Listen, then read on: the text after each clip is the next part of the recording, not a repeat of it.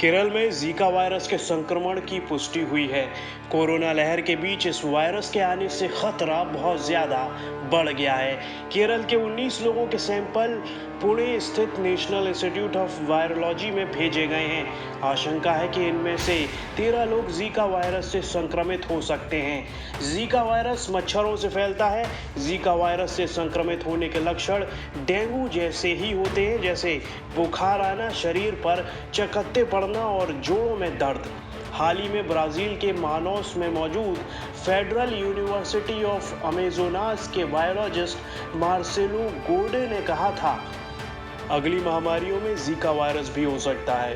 फियोक्रूज Amazonia biobank की जीव विज्ञानी अलेसोंड्रा नोवा ने मार्सेलो की बात को आगे बढ़ाते हुए कहा था कि जिस तरह से इंसान जंगलों पर कब्जा कर रहे हैं, ऐसे में वहां रहने वाले जीवों में मौजूद वायरस, बैक्टीरिया और पैथोजेंस इंसानों पर हमला करके संक्रमण फैला रहे हैं। ठीक ऐसा ही हुआ है चीन में, जहां से कोरोना वायरस निकला। ब्राजील में बंदरों में जीका और चिकनगुनिया के वायरस मिले हैं। यह वायरस इंसानों से बंदरों में गया था, जिसकी वजह से ब्राजील में कई मादा बंदरों का गर्भपात कराना पड़ा था, क्योंकि मादा बंदरों के भ्रूण और शरीर में इंसानों वाले सारे लक्षण दिखाई दे रहे थे। जीका वायरस एडीज प्रजाति के मच्छरों से फैलता है। ये बंदरों को काटता है, उससे इंसानों तक ये पहुंच जाता है। फिलहाल जीका वायरस का कोई टीका या इलाज नहीं है। वैसे भी हाल ही में हुई एक स्टडी में इस बात का खुलासा हुआ था कि भविष्य में आने वाली महामारियों में एंटीबायोटिक दवाएं काम नहीं आएंगी।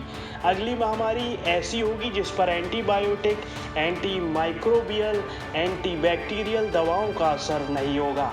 WHO ने एंटी माइक्रोबियल रेजिस्टेंस को वैश्विक खतरा बताया है। संगठन ने कहा कि ये भविष्य में विकराल रूप ले सकता है। ऐसी बीमारियां दुनिया के किसी भी देश के किसी भी कोने से फैल सकती हैं। ये किसी भी उम्र के लोगों को चपेट में ले सकती हैं।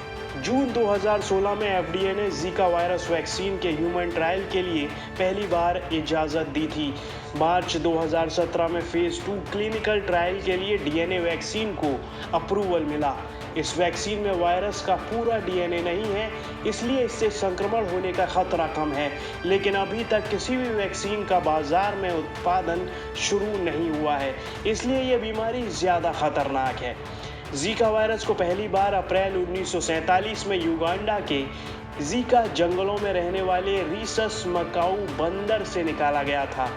Zika virus dengue, yellow fever, Japanese encephalitis और वेस्ट नाइल वायरस के साथ अपनी जीनस शेयर करता है।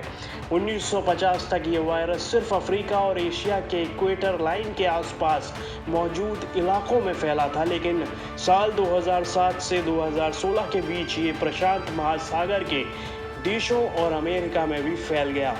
साल 2015-16 में अमेरिका में जीका वायरस को महामारी घोषित किया गया था।